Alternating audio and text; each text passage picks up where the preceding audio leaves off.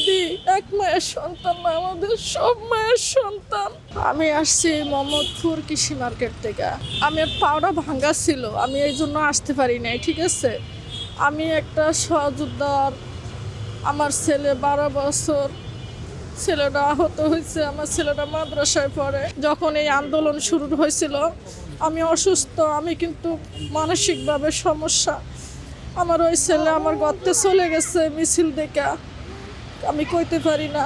সেখানে যাই আমার ছেলে অনেক আহত হয়েছে, তার শরীরে পুরো শরীরে গুলি, পুরা গত, এখনও অসুস্থ, তার চিকিৎসা করাইতেছি।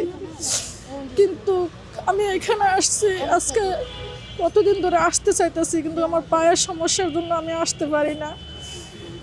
কিন্তু আমি কি বলবো, হাদি এক মায়ের সন্তান না, আমাদের সব মায়ের সন্তান। সে কখনো ন্যায়ের বিচারের কথা কয় না, সে সবসময় আমাদের জন্যই কথা বলছে, আমাদের ছেলে মেয়েদের জন্যই কথা বলছে। লক্ষ লক্ষ লক্ষ লক্ষ ছেলেরা আহত হয়েছে, বাংলার মাটির জন্য জীবন দান করছে। কিন্তু জীবন দান করে কি হয়েছে বলেন? কিছুই তো করতে পারলো না, আরো আরো বিপদ হয়ে কারাইলো। তবে আমি বলি, দেশের মানুষকে বলি, যেহেতু আমাদের ছেলে মেয়েদের গায়ে আর এইভাবে হাত না দেয়, আর হাতের বিষয়টা যত করে, আমি এটাই চাই। আর আমার মন থেকে যা দোয়া আসছে আমার ছেলের জন্য, আমি সেইভাবে দোয়া করছি যাতে আল্লাহ তার জান্নাতবাসী করে। আমি হাদিকে শাহবাগ একবার দেখছি, কিন্তু আমি ভালো করে চিনতাম না। আমার ছেলে যখন এই শাহবাগ পিজি হাসপাতালে ভর্তি ছিল তখন, আর আমি ওর মোবাইলে অনেক দেখি, মোবাইলে দেখলে আমি আর মনটা ভালো থাকে না। আমি আজকে ইস্কেবারে 200 টাকা দিয়ে এখানে নামছি,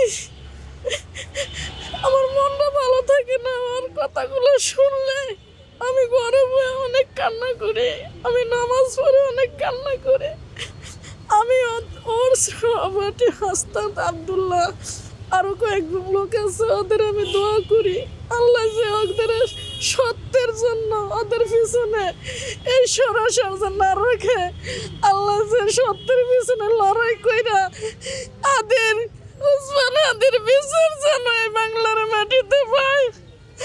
আমি দেশের জনগণ, ভাই বোন, মুসলিম, হিন্দু, ধর্ম, বৌদ্ধ সবাইকে বলবো এই দেশটা যে রক্ষা করে, আর আদির বিচারটা যে বাংলার মাটিতে হয়, সব শহীদ পরিবারের জন শান্তি পায়, যারা আহত আছে তারাও যাই এর থেকে মুক্ত পায়।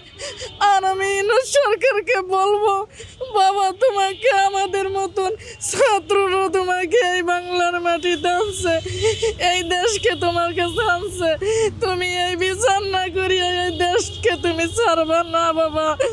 তোমার কাছে আমি তোমার একটা মেয়ের মতন হয়ে বললাম।